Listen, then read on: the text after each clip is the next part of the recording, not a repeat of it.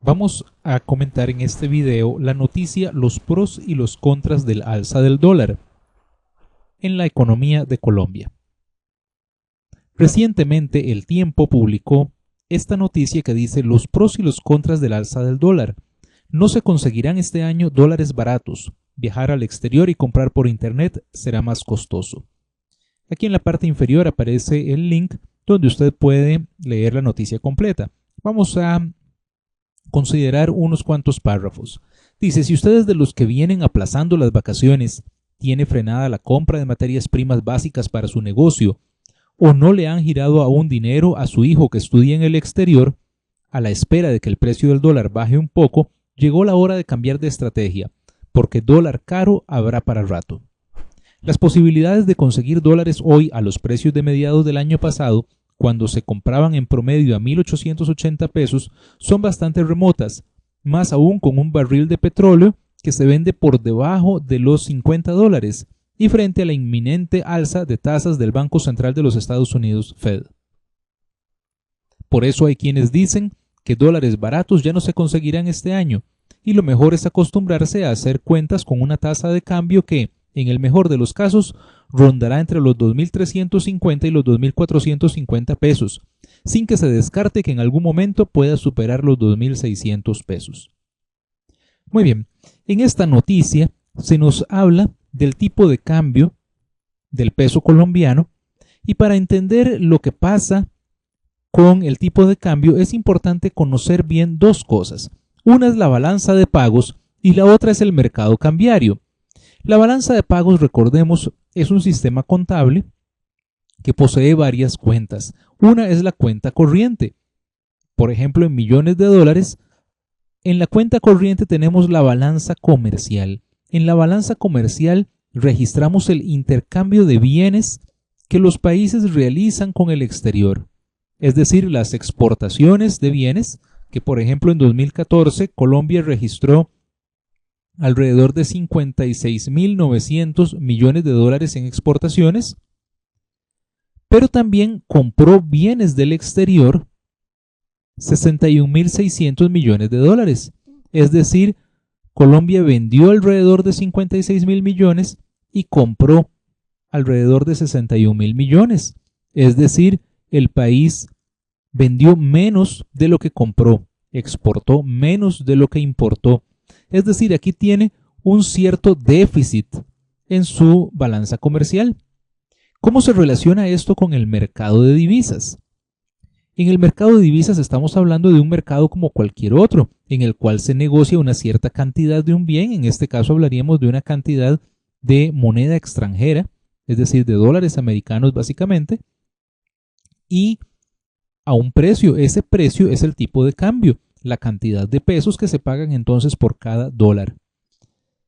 Cuando se venden bienes al exterior, es decir, cuando se exportan bienes, los pagos se reciben en moneda extranjera y por lo tanto estos exportadores ofrecen divisas. Aquí tenemos entonces una oferta de divisas, una oferta de dólares en el mercado de divisas colombiano.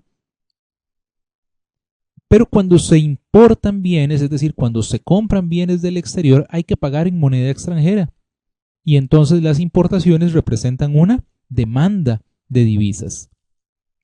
Como en cualquier mercado, esta oferta y esta demanda interactúan, estableciendo entonces el precio, en este caso el tipo de cambio, que prevalecería en el mercado. Así entonces, esta oferta y esta demanda determinan un cierto precio.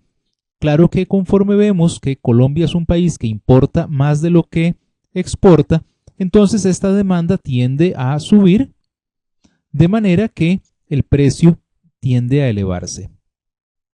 Sin embargo, las exportaciones no son la única fuente de divisas que tiene una economía.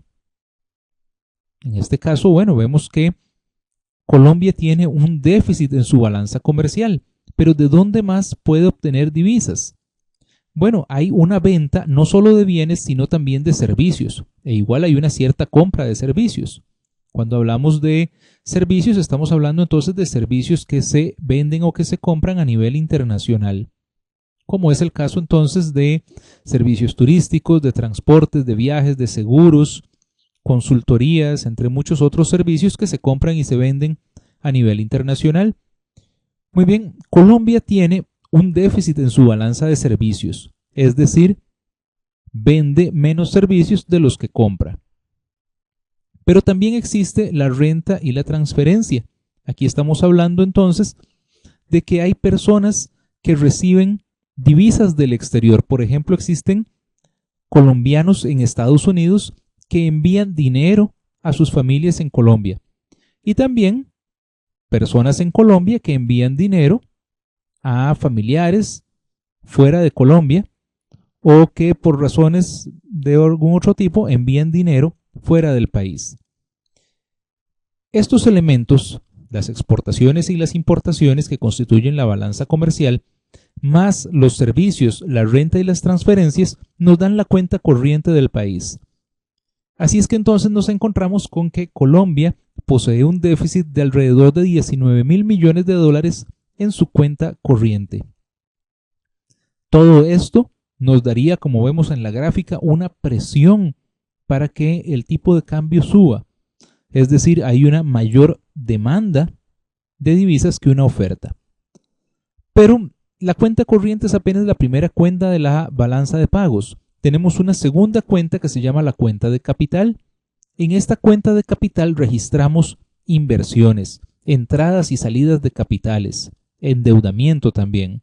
Entonces tenemos, por ejemplo, la inversión directa, es decir, hay empresas extranjeras, principalmente empresas de Estados Unidos, que vienen a invertir a Colombia, que encuentran que es un país competitivo, que tiene una mano de obra que le puede brindar ventaja competitiva o que es un mercado atractivo, y entonces vienen a invertir al país. Esas entradas netas de capitales fueron en 2014 alrededor de 12.000 millones de dólares. Pero también existe la inversión de cartera.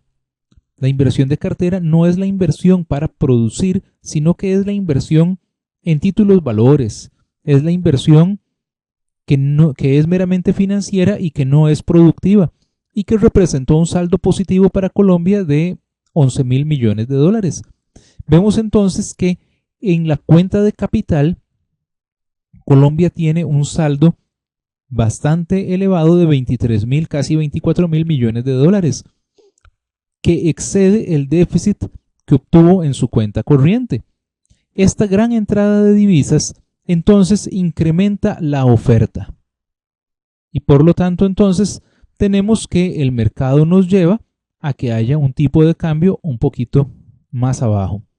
Así entonces esta interacción entre todos estos elementos nos va dando el tipo de cambio de equilibrio. Cuando en la cuenta de capital las entradas son mayores que el déficit de la cuenta corriente, entonces se incrementan los activos de reserva o las reservas monetarias internacionales del país. En este caso, Colombia vio incrementadas sus reservas monetarias internacionales en 4.400 millones de dólares. Si el saldo de la cuenta de capital hubiera sido inferior a 19.000 millones, entonces los activos de reserva tendrían una variación negativa y posiblemente habría más presión para que el tipo de cambio suba. Entonces vayamos ahora a la situación particular del país. La noticia decía que a mediados de 2014 el tipo de cambio estaba en 1.880 y nos menciona dos eventos en particular. Uno es que bajan los precios del petróleo en aproximadamente 50%. El petróleo es un producto de exportación de Colombia y entonces nos encontramos con que se afectan las exportaciones. Las exportaciones constituyen una parte muy importante de la oferta de divisas, la más importante, y entonces al haber una reducción en la oferta, aquí encontramos nosotros entonces una presión para que el tipo de cambio suba.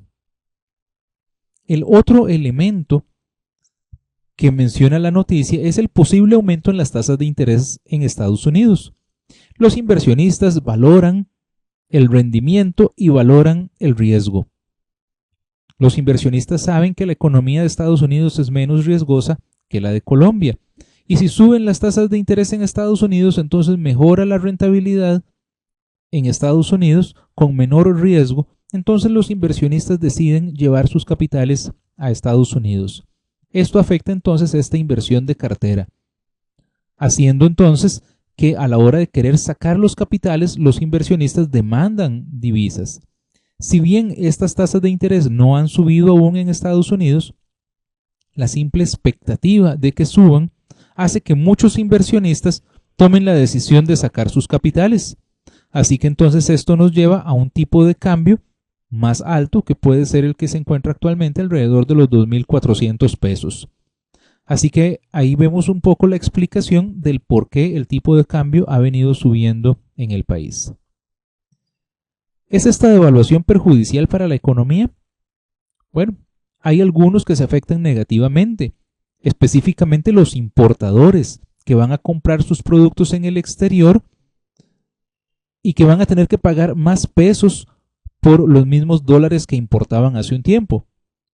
Así se van a ver afectados los consumidores de productos importados, como los vehículos, los productos de tecnología, los productos traídos por Internet. También las empresas y personas con deudas en dólares van a tener que pagar más pesos por el mismo dólar de deuda. Y el turismo agresivo. Las personas que planean viajar al exterior, los colombianos que quieran viajar al exterior, pues su viaje se va a volver más caro. Ahora, hay algunos sectores de la economía que se benefician, particularmente los exportadores, que por el mismo dólar exportado van a recibir más pesos y por lo tanto su ingreso se eleva. Las personas que reciben remesas del exterior, ahora por cada dólar que reciben del exterior van a recibir más pesos. El turismo receptivo, los extranjeros que viajan a Colombia van a pagar en moneda extranjera que va a valer más pesos. Y las personas con ingresos en dólares. Así nos encontramos con que hay algunos sectores que se benefician y otros que se perjudican. Así que entonces es difícil decir si la devaluación es perjudicial para la economía. Hay que establecer entonces un balance entre ambos factores para ver qué pesa más de alguna manera. Las personas y las empresas deben valorar su exposición al riesgo del tipo de cambio y tomar las medidas necesarias para protegerse. Esto es bien importante y determina también en qué medida puede ser perjudicial para la economía. Si las personas, por ejemplo, que tienen deudas en dólares, se van a ver perjudicadas con la devaluación, pero están preparadas para hacer frente a la devaluación y tienen algún tipo de medida para protegerse de este riesgo, entonces la devaluación no va a ser tan grave. Sin embargo, si las personas están desprevenidas y no tienen ningún tipo de medida para protegerse a este tipo de riesgo, entonces la devaluación va a golpear más a la economía. Muchas gracias. Le invitamos a visitar nuestra página www.auladeeconomia.com, a suscribirse en nuestro Facebook y en nuestro canal de YouTube. Gracias.